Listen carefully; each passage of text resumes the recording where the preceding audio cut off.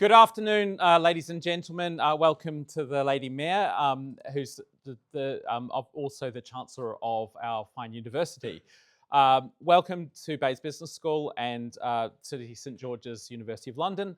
I'm the Dean of the school, Andre Spicer. But before we hear from the Chancellor, I'd like to say a few words about Bayes Business School and also about City St George's and the Mais Lecture. City St George's is the University of Business, Practice and the Professions. We're following a merger between City University and St George's in 2024. We became one of the largest universities in London. City St George's is made up of 6 professionally focused schools. Our School of Health and Medical Sciences has roots going back to the 18th century, with notable alumni including Edward Jenner, who was the creator of the first modern vaccines, Henry Gray, who's the author of Gray's Anatomy, Patrick Vallance, who is the man who made the phrase "next slide" a household term during COVID. Our School of Communication and Creativity houses our renowned School of Journalism, which some of you might be graduates of. We have stalwarts including Samira Ahmed, Fraser Nelson, and Faisal Islam, who I spotted beforehand around. So we're really proud of them. Notable alumni of our law school include Margaret Thatcher, Tony Blair, and even Mahatma Gandhi. Our School of Science and Technology has educated NASA engineers, pioneers in computer science, and senior military leaders. Our School of Global Affairs has trained finance ministers and central bank governors who have worked around the world. Our business school, which you're sitting in right now, is consistently ranked among the top business schools in the UK. Just yesterday, our online global MBA was placed 4th in the world by the Financial Times. At Bayes, we focus on the professions which drive the City of London: banking, finance, insurance, professional services, technology, and more. Each year, we educate over 5,000 students from over 100 different countries. We do world-leading research on topics like finance and insurance, the impact of AI on business, and the role of business in solving global problems and many of the geopolitical challenges we face. Finally, we work with business, government, and non-profits to solve their practical problems they face every day. So an example of this, a team of our students and faculty work with a leading underwriting firm to help deal with the risks involved in decarbonising shipping. And there are many, many more examples of this. This September, we'll see the 60th anniversary of our school's founding. Perhaps our greatest achievement during that time has been the people who have educated here. They include Stelios Hayanunu, who was the founder of EasyJet, the former global Coca-Cola CEO, Mukhtar Kent, the serial tech entrepreneur and chair of the King's Trust, Tom Alube, who I think may be in the audience, and Neville and Maya Tata, who are the next generation of leaders of the Tata group. The Mais Lecture, which we're about to hear, has been a key event in our calendar for nearly 50 years. It's an annual event which was established in 1978 to honour Lord Mais, who was a former Lord Mayor of the City of London and Chancellor of this university. Lord Mais helped us establish the Centre for for Excellence in Banking and Finance, which the director you'll hear from later. Since 1978, we've welcomed a really long list of acclaimed speakers, including governors of the Bank of England, current and future chancellors and prime ministers, a Nobel Prize winner, heads of the International Monetary Fund, the Federal Reserve, and the Bundesbank. Not to mention the chief rabbi, a French president, and Friedrich Hayek, who is the intellectual father of Thatcherism and Reaganomics. Our speaker today, the Chancellor Rachel Reeves, is the first from that vulnerable roll call to deliver a second Mais Lecture. We'd like to think that it's not just a little bit of history, even if it doesn't quite match her becoming the first female Vice-Chancellor of the UK. Rachel studied PPE at Oxford and obtained an MSc in Economics from the London School of Economics before being elected to Parliament in 2010. Rachel was an economist at the Bank of England. In her 2024 Mais Lecture, the Chancellor addressed, before she was even Chancellor, addressed the question of economic growth in an age of insecurity. She laid out a blueprint for creating sustained cycle of business growth and the challenges of the global economy. In an interview with the Financial Times shortly before last autumn's budget, the Chancellor insisted that she had the tenacity and determination to turn around an economy which had been hampered by low growth and high debt. Evidence of this tenacity can be seen in her confession at once of spending Valentine's Day watching Newsnight special about lessons from a Swedish banking crisis. I think it shows real commitment to the job. Today, the Chancellor will speak about an active and strategic state. Following the speech, my colleague, Professor Barbara Kazu, who's the Director of our Centre for Banking Research and also Deputy Dean of the school, will chair a short Q&A with the Chancellor. I'd like to, if you'd like to share the conversation we're having today on social media, please use the hashtag #Mais Lecture. After the lecture, we hope you stay for some refreshments outside. So ladies and gentlemen, distinguished guests, please join me in welcoming Rachel Reeves to deliver the 2026 Mais Lecture.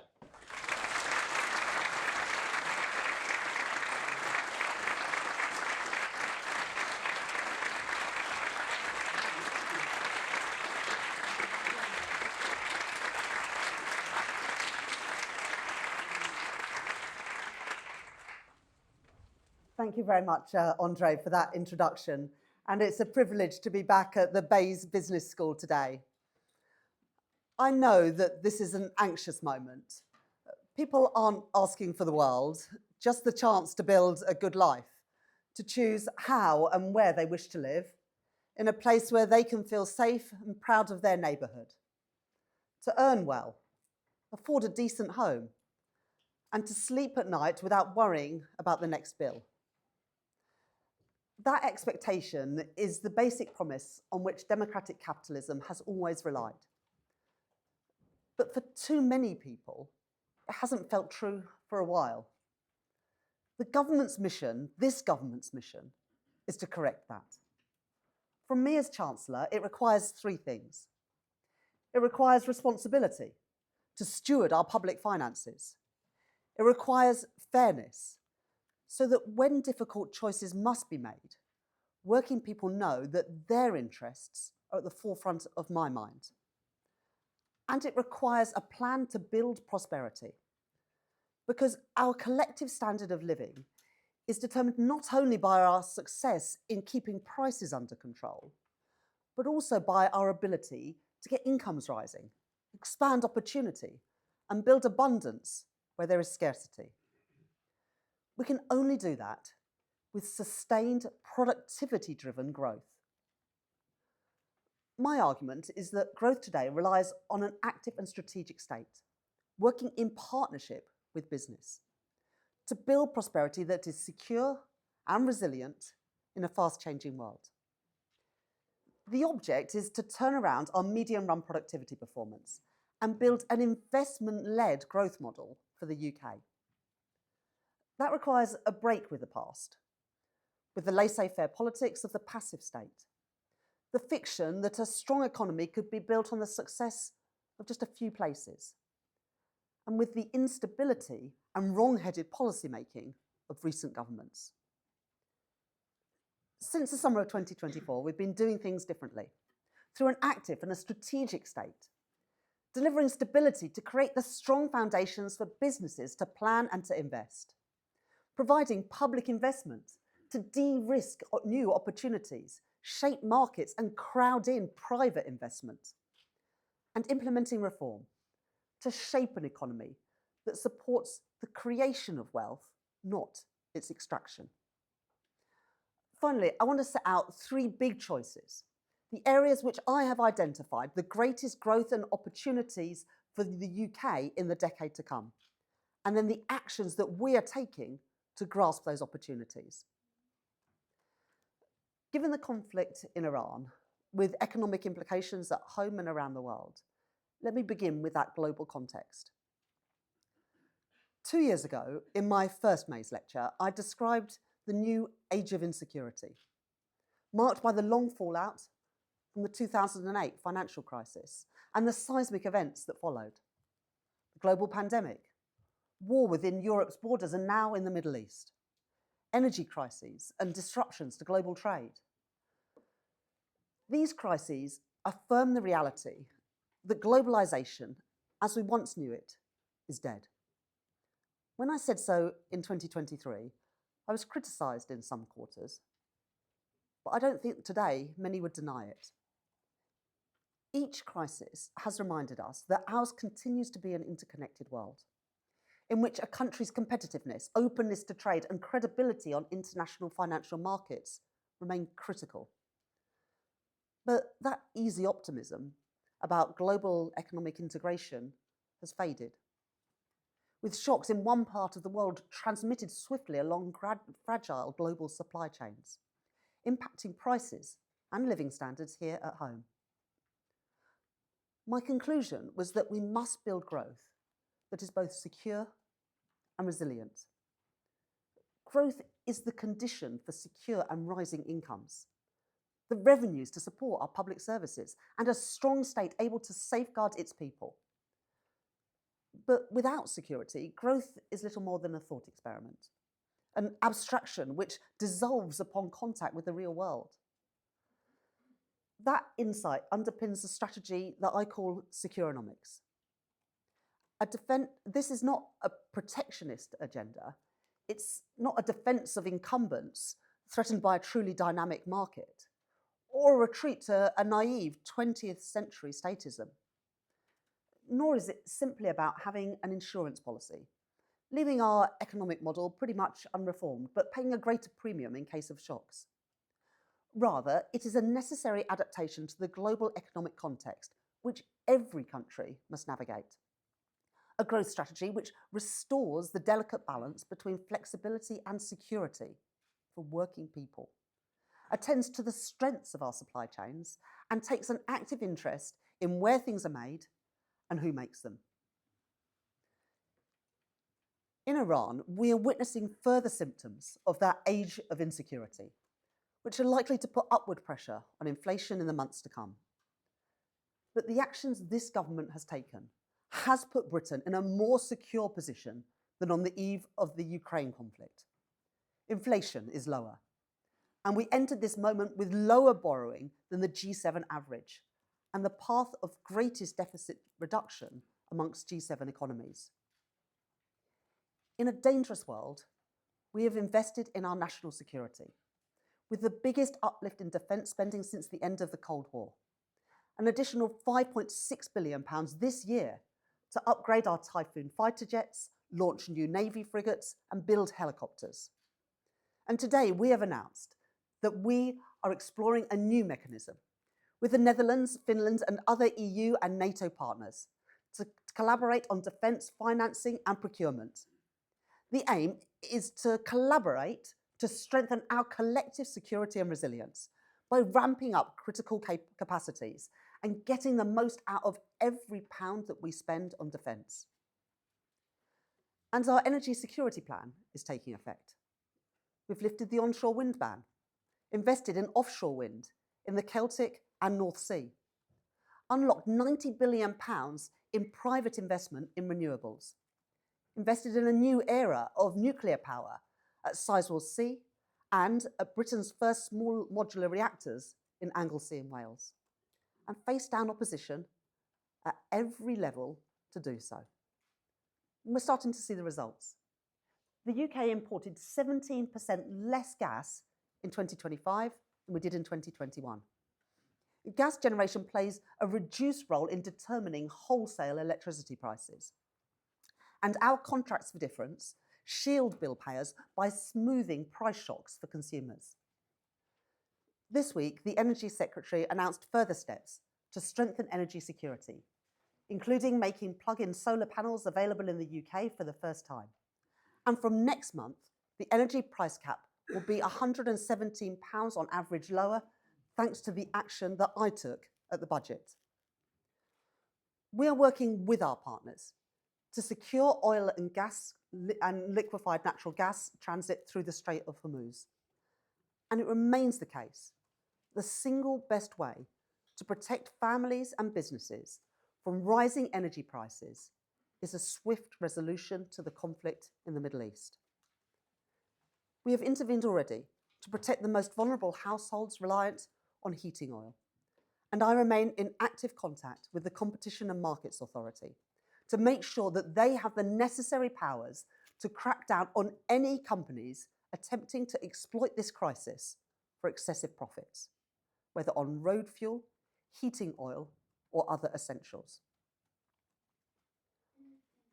I did not plan to deliver this speech in this context, but it affirms rather than challenges the philosophy that I outlined in opposition and which has guided me in government.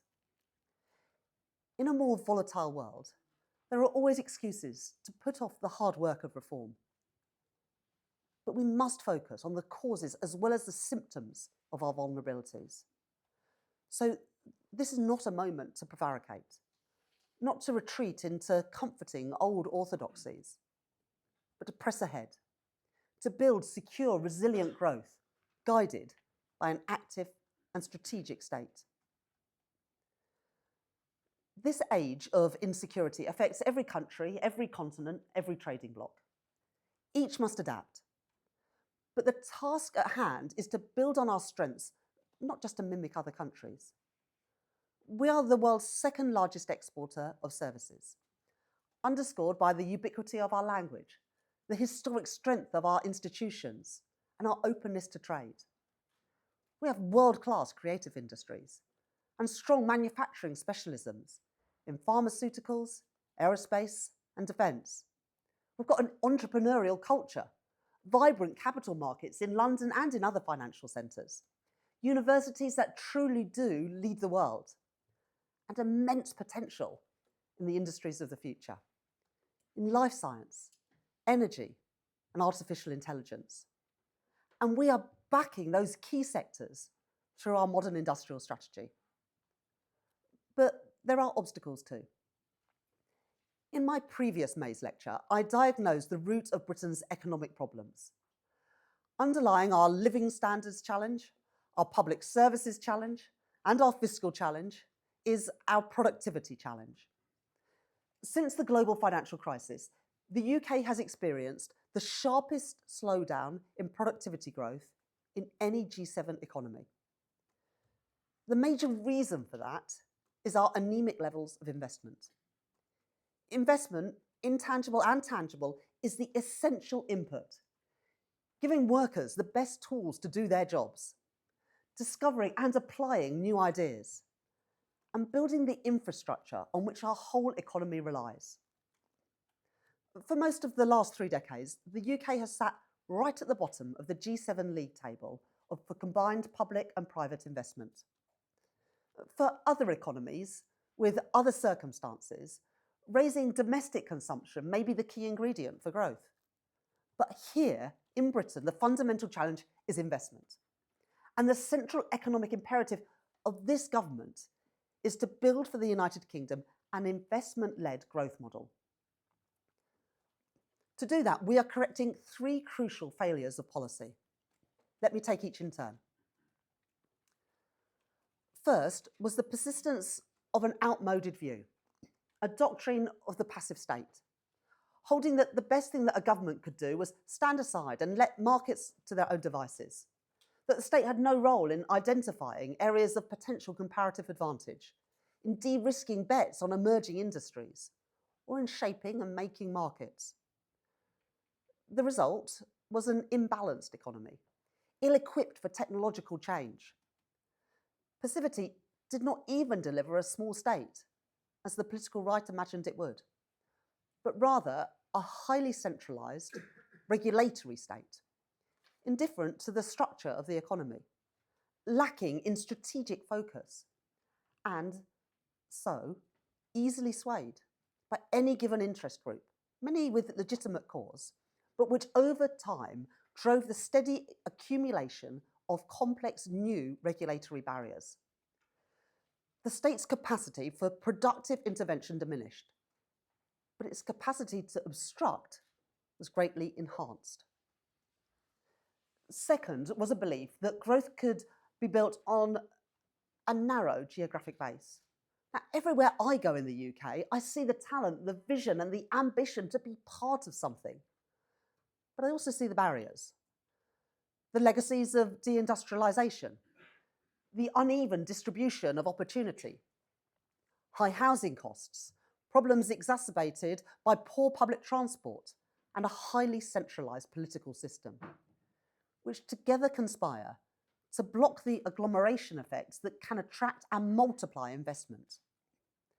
Today, what most distinguishes Britain from our closest peers is the relative underperformance of our major cities outside of London compared to their European counterparts. There are huge gains to be made if we can only close that gap. If we back Manchester and Liverpool and Leeds to match and overtake Stuttgart, Turin and Lyon. And third, there were the chaotic wrong turns taken after 2010, which further suppressed investment. Austerity choked off demand, just when historically low interest rates offered a priceless opportunity to invest.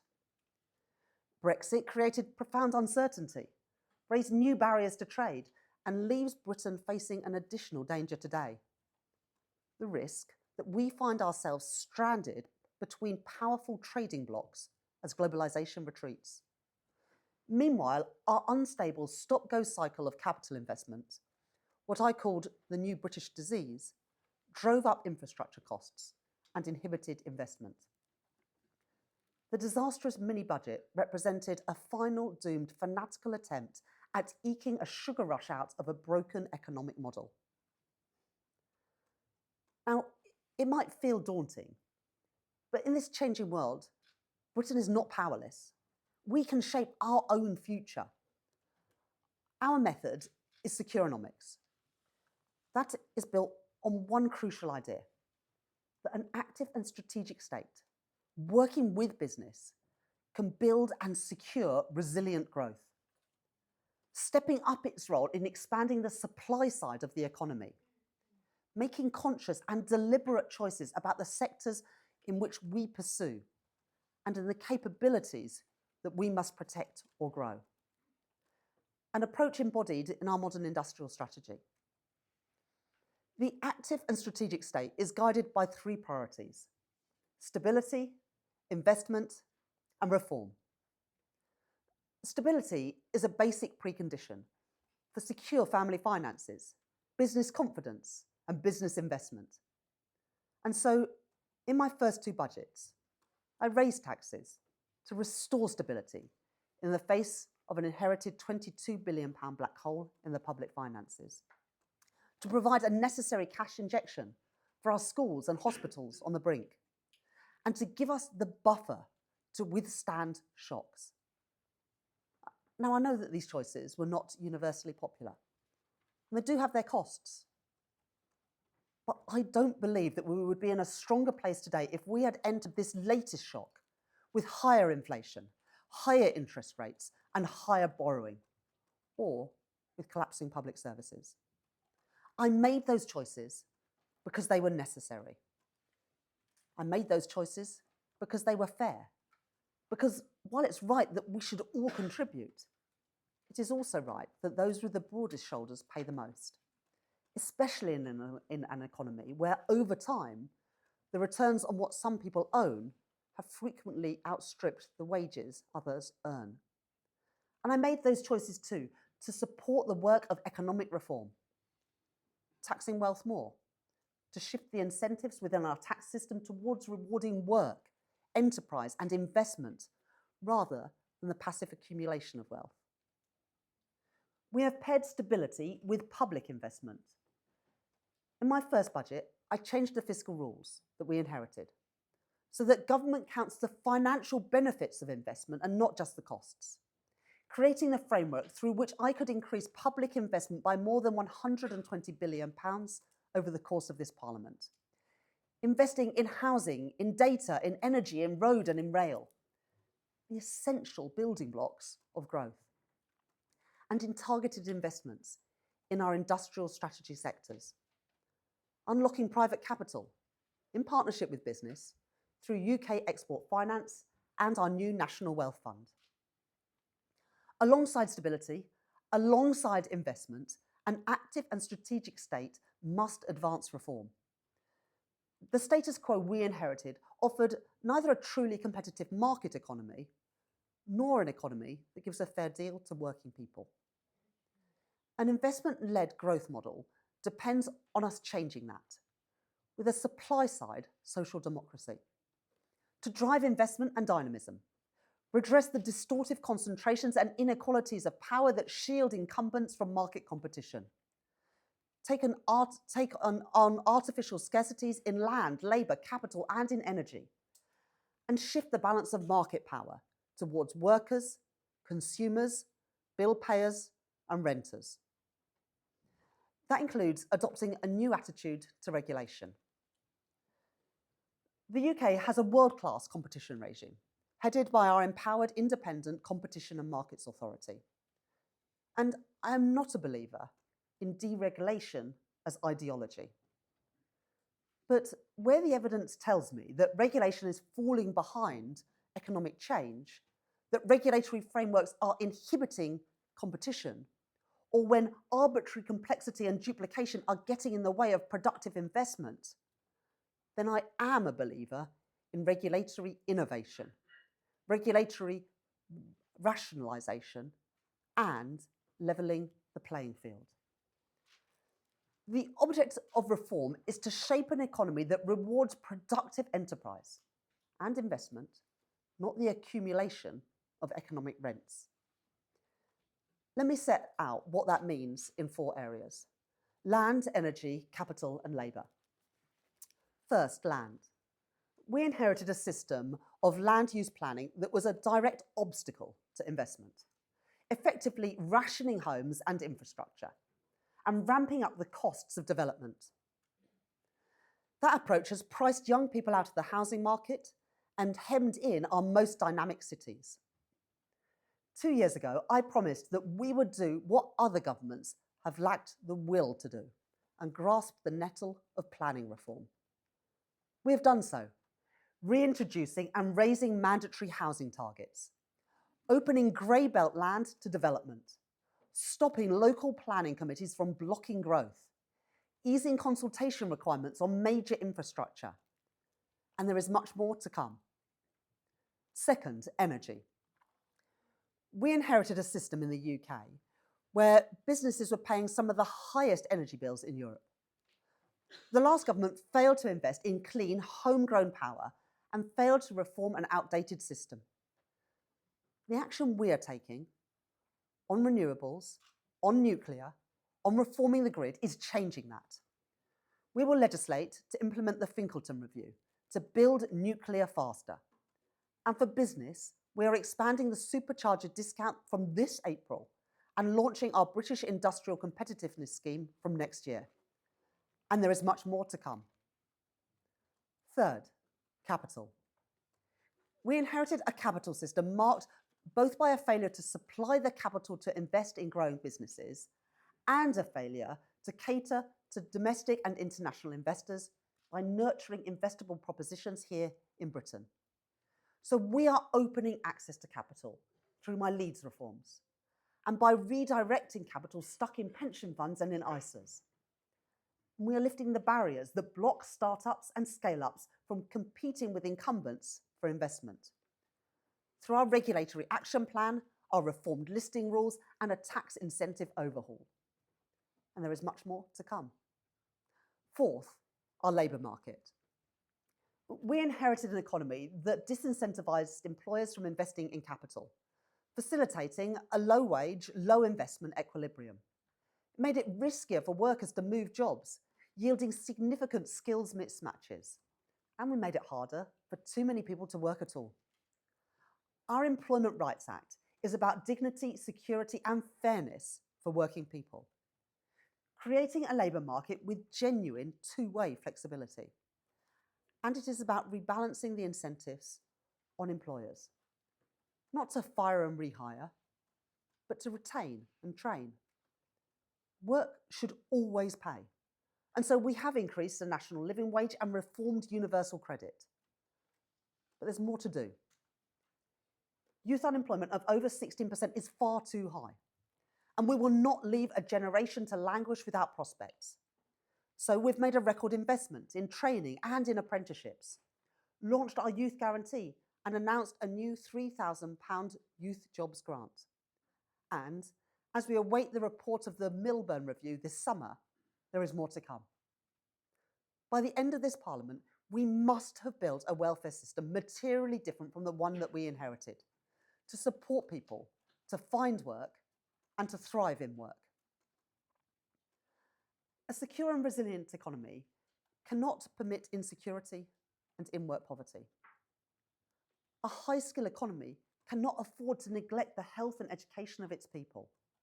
And a dynamic economy cannot tolerate deep inequalities of opportunity. We inherited an economy marked by those injustices and those inefficiencies, and we're changing it, strengthening human capital and restoring social justice. Because of my tax choices, made in my first budget last June, I could allocate an additional £50 billion per year to our public services by the end of the spending review period. We're beginning to see the results. NHS waiting lists at their lowest level in 3 years. More than 500,000 kids and their parents benefiting from 30 hours of free childcare. And from next month, the 2-child limit will be gone for good, lifting almost 500,000 children out of poverty. Much done, much more to do. That is our plan: stability, investment, and reform. I won't pretend that the last 18 months haven't been without their challenges. There have been arguments that we had won on principle before the election about fiscal responsibility, growth, and careful prioritisation, which I have found must be fought and won over and over again to persuade people in practice. And I have experienced a government that justified impatience for change, and at the same time the limits of what can be done and controlled from the centre. When it is businesses, workers, local leaders who innovate, create jobs and drive change. But I've also seen, close up, the real appetite in the private sector, in the public sector, in local government for real change. And we have made progress, with the fastest growth of any European G7 economy across 2025. But we need to go much further. We are in this for the long haul. Embracing an active and strategic state means accepting government's responsibility for influencing the shape and the trajectory of future growth. So I am making 3 big choices on the greatest growth opportunities for Britain in the decade to come. The areas in which an outsized difference can be made by concerted government action. My first big choice is a direct response to the failures of the past. To go for growth not just in a few parts of Britain, but to give Britain's regions the chance to push ahead and shape their own destinies. That is about fairness, about being a country where every citizen can achieve, succeed, and contribute to our national prosperity, no matter what their parents do, where they grow up, or where they choose to settle down. But it's also an economic imperative. In an unbalanced Britain, we all lose out.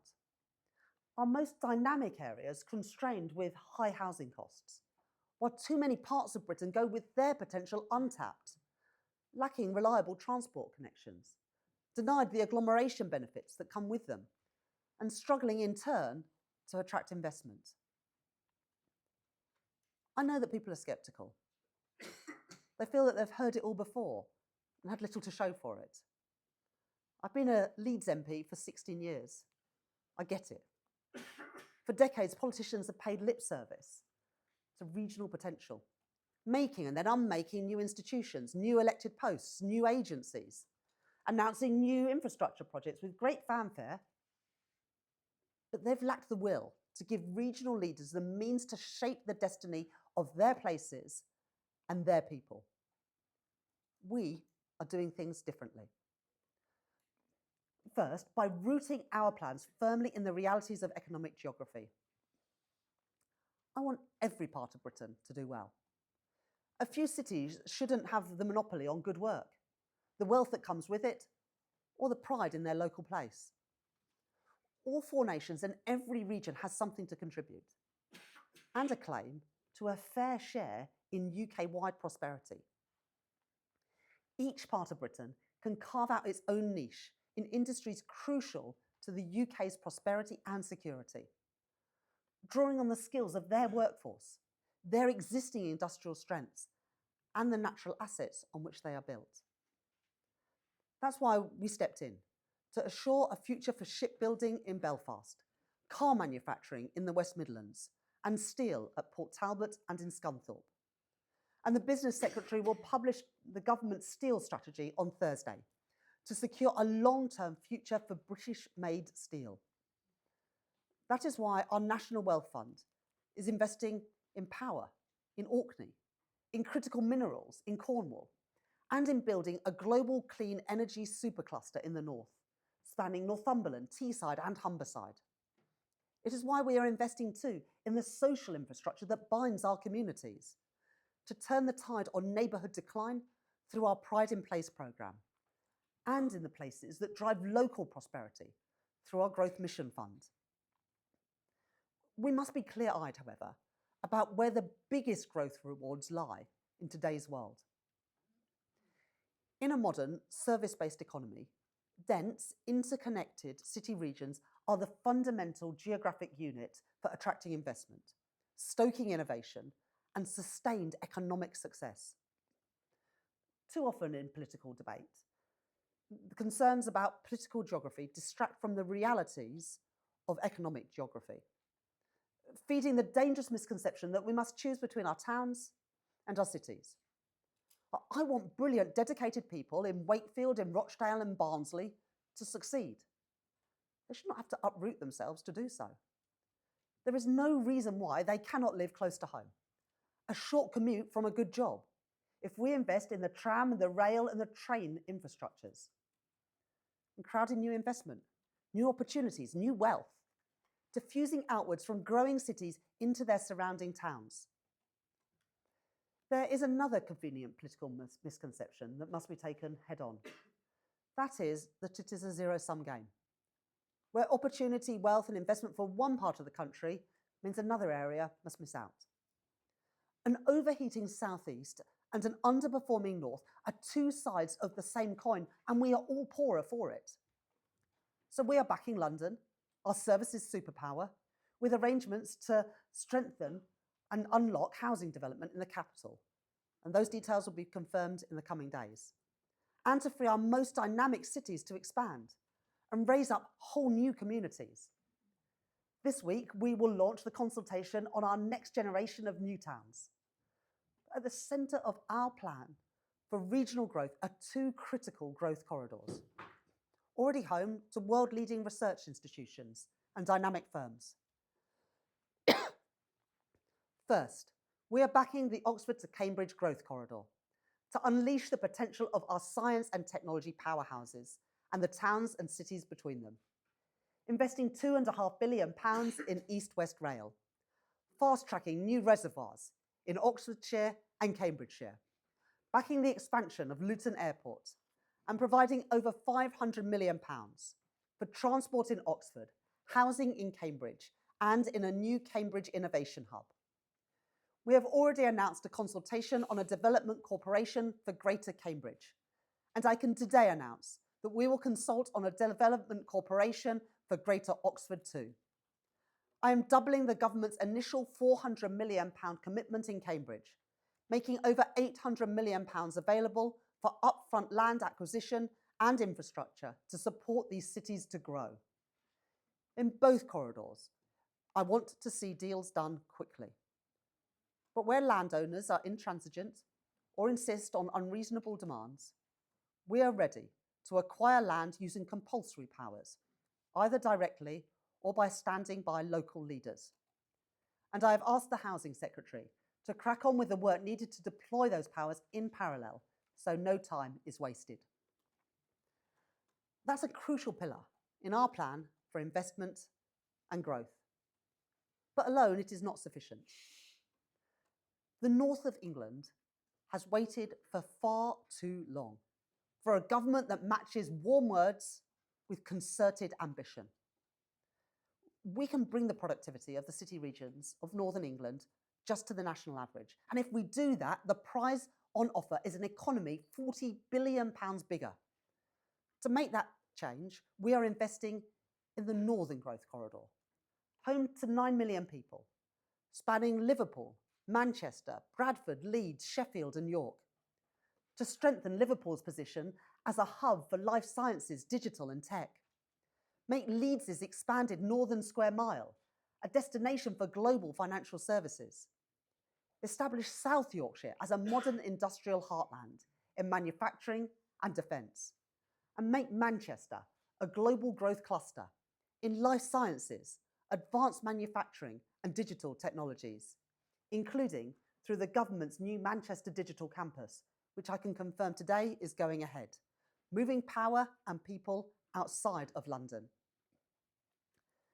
These are commitments backed with real capital and supported by my decision to rewrite the Treasury's investment rules so that all towns and cities get a fair hearing.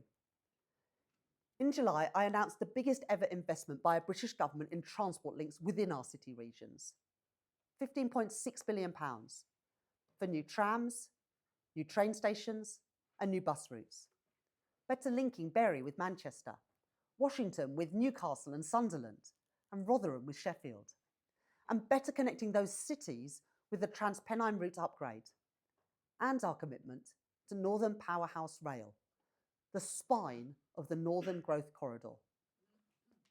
Our new approach means genuine partnership with mayors and local leaders. But spending differently at the centre is not enough.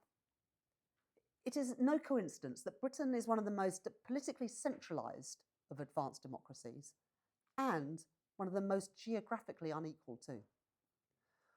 While local leaders are asked to plan for the long term, to be accountable for regional outcomes, the fiscal reward for local economic success flows straight to the Exchequer. We need to change that, to liberate our regions from stifling Whitehall orthodoxies. So I'm announcing today an innovative approach to public financing to address viability gaps that hold back growth projects in our cities. The new city investment funds will use an additional £2.3 billion of funding, focused on major city regions in the North and in the West Midlands, giving established regional leaders control over long-term, self-sustaining capital. Theirs to generate returns from, theirs to invest, backed by a commitment to business rates retention. But we must go further. I can tell you today that I have asked my officials to work with mayors and businesses to develop a roadmap for future fiscal devolution to be published at this year's budget. This will set out plans to give regional leaders control of a share of some national taxes, which have for too long been allocated by central government. They will look at income tax alongside other taxes, with reforms initially targeted at those places that have the greatest capacity to deliver them and the greatest potential to benefit. Now, this is not about new taxes, and it's not about higher tax rates. I will not ask taxpayers to pay more. Reforms will be fiscally neutral, focused on sharing and retaining a portion of existing revenues, with the proceeds of growth benefiting the places that generated that growth, while managing volatile receipts for both local areas and the Exchequer. These reforms will represent a permanent transfer of power and resources, not another exercise in local ambition frustrated by central government control, with taxpayers able to see what is being delivered with their money and to hold local leaders to account for the results. What I am describing is a genuine break with the past, a generational opportunity for Britain's regions to make their own future. That brings me to my second big choice. Every day, our world's horizons are extended a little bit further by innovators, creators, and entrepreneurs. I want the builders of tomorrow's world to build that world here. The UK is in a position of real strength, with world-leading universities, deep research capability from Edinburgh to the west of England, backed by record R&D investment strategically targeted at frontier technologies, and one of the most vibrant AI startup ecosystems anywhere outside the United States. Every major AI lab is either establishing or expanding here in the UK. UK AI startups raised £6 billion in venture capital last year, and just 3 months into 2026, they've already raised more than half of that figure again. AI is the defining technology of our era. Not only a general purpose technology with the potential to transform productivity across the entire economy, but also an invention in the very method of invention, rewriting the rules of innovation and idea creation. Breakthrough technologies have always emerged where innovative businesses and entrepreneurial government have worked together. From the internet to semiconductors to biotechnology. That principle of partnership between private enterprise and an active strategic state must guide us today to ensure the growth and productivity gains from new technology are realised in the UK to the benefit of working people. I understand people's anxieties about the implication of these technologies. But the choice is this. We can bury our heads in the sand and leave it to other countries, whose values may differ from ours, to shape and to own this technology. We can leave it to the market alone and let the balance of risk and reward be determined by a super wealthy few. Or we can chart our own path, where an active and strategic state protects British interests through AI sovereignty, with absolute clarity about where growth will come from and who will benefit, harnessing and shaping new technology in our common interest. I want to be absolutely clear about what our strategy is.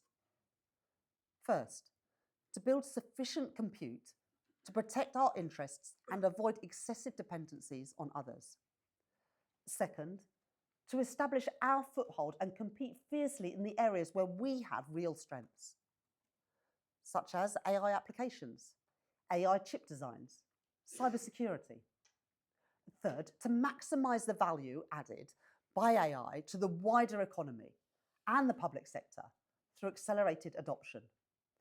And fourth, and most importantly, to equip working people with the tools that they need to maximise the rewards and minimise the risks.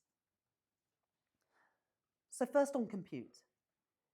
Here, our focus has been to ensure that the UK has sufficient data centre capacity to protect sensitive data, ensure resilience from global shocks, and support domestic adoption. But data centres are not an end in themselves. What matters more is that we identify and pursue those parts of the supply chain where we can win the global race, marrying a clear-eyed assessment of our competitive advantage with precise analysis of where sovereign capabilities can give us, in Britain, maximum leverage. So second, competing where we can win.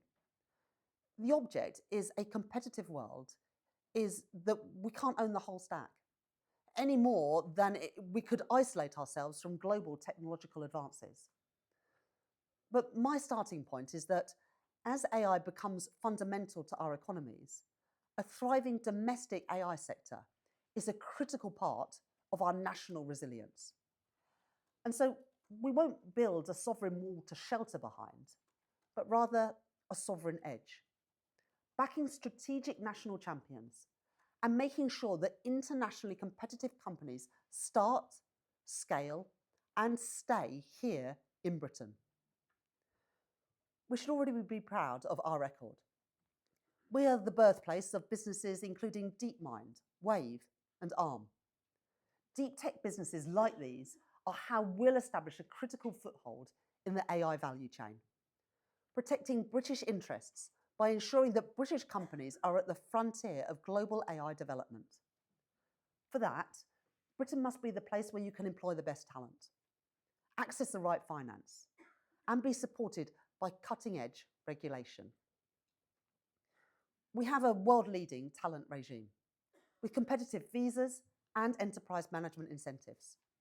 And we will back workers who want to move firms by placing clear limits on the use of non-compete clauses which inhibit innovation and dynamism.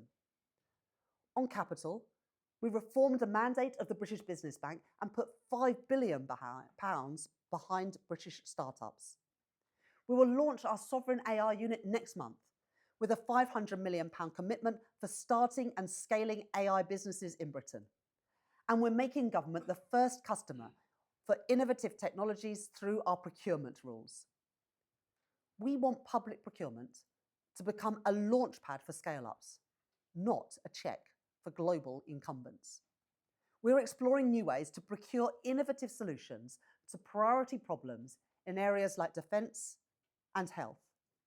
And we will not be agnostic about where things are made and who makes them. Instead, we will stand behind British businesses and British bidders, providing guidance on how national security exemptions should be applied in critical sectors, including in AI. And we are using procurement to give us a head start on quantum computing. Through our advanced commitment, we have pledged to procure up to £1 billion of quantum computers from the first UK companies to successfully make them at commercial scale, firing the starting gun on a global race and making sure that the UK is at the front of the pack. And if regulation is to keep pace with technological change and support AI innovation, then we can't just tweak the rules, but think about regulation in whole new ways. And so the Business Secretary will soon legislate for our new growth labs, modelling a bold new approach to regulation, with the power to make rapid temporary amendments to regulation to safety test and prove application of new tech. So here is my message to every entrepreneur looking to build a new AI product. Come to the UK. We will back your experiment to push the bounds of possibility and to get your product, your creation off the ground. The third pillar of our AI strategy is adoption. We want Britain to achieve the fastest rate of AI adoption of any country in the G7. The AI productivity dividend is how our leading sectors will stay ahead of their competitors. And it's how small and medium and large businesses will grow. So we're backing AI adoption through our AI for Science strategy and our funding for adoption in AI growth zones, including in North Wales and in Lanarkshire. And we are applying AI in the public sector too, supporting diagnostics in healthcare, creating personalised teaching plans for our young people, and reducing admin for care workers so they can spend more time with their patients. Later this year, I will convene business leaders for an AI adoption summit, bringing together leading tech firms with companies ready to adopt and scale AI to grow their own businesses. And fourth, on jobs. People want good jobs that pay well. And they want the same for the next generation too. I know people are worried about technological change and that how those changes may threaten those things that matter. I understand that. So let me say this. Every part of our strategy on AI is aimed at ensuring that our people have a share in the prosperity that AI can create through new and better jobs, through better, more personalised public services. To achieve that, we must equip people with the skills that are right for them and across the whole of Britain to navigate and succeed in this transition. Whether they work in a job that will be changed by technology, or if they work in a job that's created by new technology, or whether they run a small business and want the benefits of reduced paperwork, streamlined accounting, or smarter marketing. That's why we've announced our ambition to upskill as many as 10 million workers through our AI Skills Boost campaign, committing £27 million to help employers fill or create tech jobs. And it's why we've launched AI scholarships at our universities. And I can today announce that building on the example of the AI Security Institute, we are setting up a new AI Economics Institute. That institute will draw on world-leading expertise to closely monitor the impact of AI on our productivity and on our labour markets. That institute will support us as our economy changes to act swiftly and appropriately to make sure that working people are made better off, not losing out from this transition. There will be bumps in the road as we navigate these changes, but leadership is not waiting for perfect certainty. It's about facing the risks openly, building the right safeguards, and moving forwards with confidence. With the technologies of the future invented, built, and deployed here in Britain, and working people across our country reaping the benefits. Let me turn now to the final of my big choices. In this age of insecurity, the economic, political, and military strength of our country will rest on strategic alliances. Fleet-footed and pragmatic, where our priorities align around particular issues, and building the deepest partnerships where common interests, common values, and economic gravity align. Our fate as a country is inescapably bound with that of Europe. That is true because of our shared history and our shared values, the friendships and common culture that extend across borders and endure over time. And it is true because of our common interests on trade, on economic security, and our collective security against Russian aggression. We must continue to work together, given the ever greater premium on solidarity and collective effort in our defence relationship. I welcome the steps that we've taken so far, and we will look carefully at any option to allow our participation in the EU's efforts to make a £90 billion loan to Ukraine. Economic resilience in an uncertain world cannot be about turning inwards. Resilience comes from the diversity as well as the proximity of our supply chains and the common values which support our trading relationships.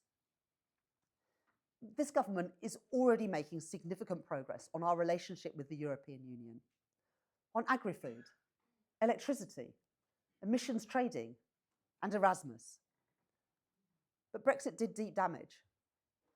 Recent independent studies indicate its GDP impact could be as much as 8%. It has meant higher costs for businesses and therefore higher costs in our shops. It's meant shrinking markets for UK exporters and our strategic industries exposed as protectionist barriers rise worldwide. Deals with India, the United States, and other allies are extremely welcome and beneficial. But no trade deal with any individual nation can outweigh the importance of our relationship to a bloc with which we share a land border, with which our supply chains are closely intertwined, and that accounts for almost half of our trade. There is also a strategic imperative for deeper integration between the UK and the EU in our shared need for greater economic resilience. So my choice, the choice of this government, is not to turn back the clock, but to look forwards to a new and stable future relationship. As the Prime Minister has said, where it is in our national interest to align with EU regulation, we should be prepared to do so, including in further areas of the single market. The principles we apply when we judge our national interest are crucial. So let me tell you exactly what they are. First, that a decision to align should mean higher growth and investment, more jobs and consumer benefits for the long term. Second, that the future direction of policy should be sufficiently stable and compatible in terms of values and objectives. And third, that the UK's economic and national security and resilience should be preserved or enhanced. When those principles are satisfied, alignment should be forward-looking and durable, providing the certainty that businesses on both sides need to invest and grow. Now, there are areas in which regulatory autonomy may be necessary for sectors with unique characteristics or strategic importance for the UK. But that should be the exception, not the norm. To get this right, we must work more closely with businesses, both here and across Europe. But when the economic gains exceed the costs, the trade-off is worth making. The prize is considerable. Costs of doing business reduced for UK and EU companies. New opportunities to export to each other's markets. New experience for travel, for work and study for our young people. Scale-ups, gaining access to deeper pools of capital and talent. greater choice for consumers, both in the UK and the EU, helping to bring down prices and inflation. A more resilient, more efficient energy system across Europe, and a deeper, more integrated defence industrial base among close allies to repel common threats. All this within a stable economic framework that allows us to keep building the relationship without constant renegotiation of the basic terms. And let me say this directly to our friends and allies in Europe. This government believes that a deeper relationship is in the interest of the whole of Europe. We bring real strengths to that partnership. Our science base, our deep and liquid capital markets, our capabilities in defence and security, our research institutions and our universities, these can be sources of collective European strength. The alternative is more costly and less secure. Both the UK and the EU are taking measures to improve security and resilience in key sectors. We both face the same challenges, such as overcapacity and higher tariffs, which are distorting global markets. If we are to enhance the competitiveness of European industry in the face of global competition, we must work together, remove trade barriers between us, and avoid collateral harm between trusted partners. It is in Britain's and in Europe's collective interest to respond to global challenges as a partnership, strengthening our global competitive advantage. And the truth is this: Britain's future prosperity will not be built in isolation, but through partnerships with those who share our interests, share our values, and share our ambitions. And no partnership is more important than that between the UK and our European neighbours. This will require us to make and win the political argument. And believe me, I'm up for it, because I believe absolutely that closer alignment is the right course for our country. A course chosen as a sovereign nation, a course chosen in our national interest. 2 years ago, in this lecture hall, I said that despite the challenges, I was an optimist about our ability to face them. And despite further challenges that have come our way, I remain an optimist. An optimist about the capacity of an active and strategic state to drive investment and to drive growth. An optimism about the dynamism and the enterprise of British business. An optimist about the talent, commitment and ingenuity of working people in every part of our United Kingdom. Our mission: to unlock that talent, that commitment, that ingenuity. To pair economic success with security and social justice. No one ever said it would be easy. Nothing worthwhile ever is. And while I have heard plenty of criticisms of this government's policies, what I have yet to hear is a credible or compelling alternative plan. Our method, the active and strategic state, to build an investment-led growth model for Britain. And our plan, stability, investment and reform, to make Britain the place where the industries of the future are created, where the technologies of the future are developed, and where the jobs of the future are secured. All built on the foundation of economic security. That is our mission, our plan and our method. From investment, growth. From growth, national renewal. Thank you very much.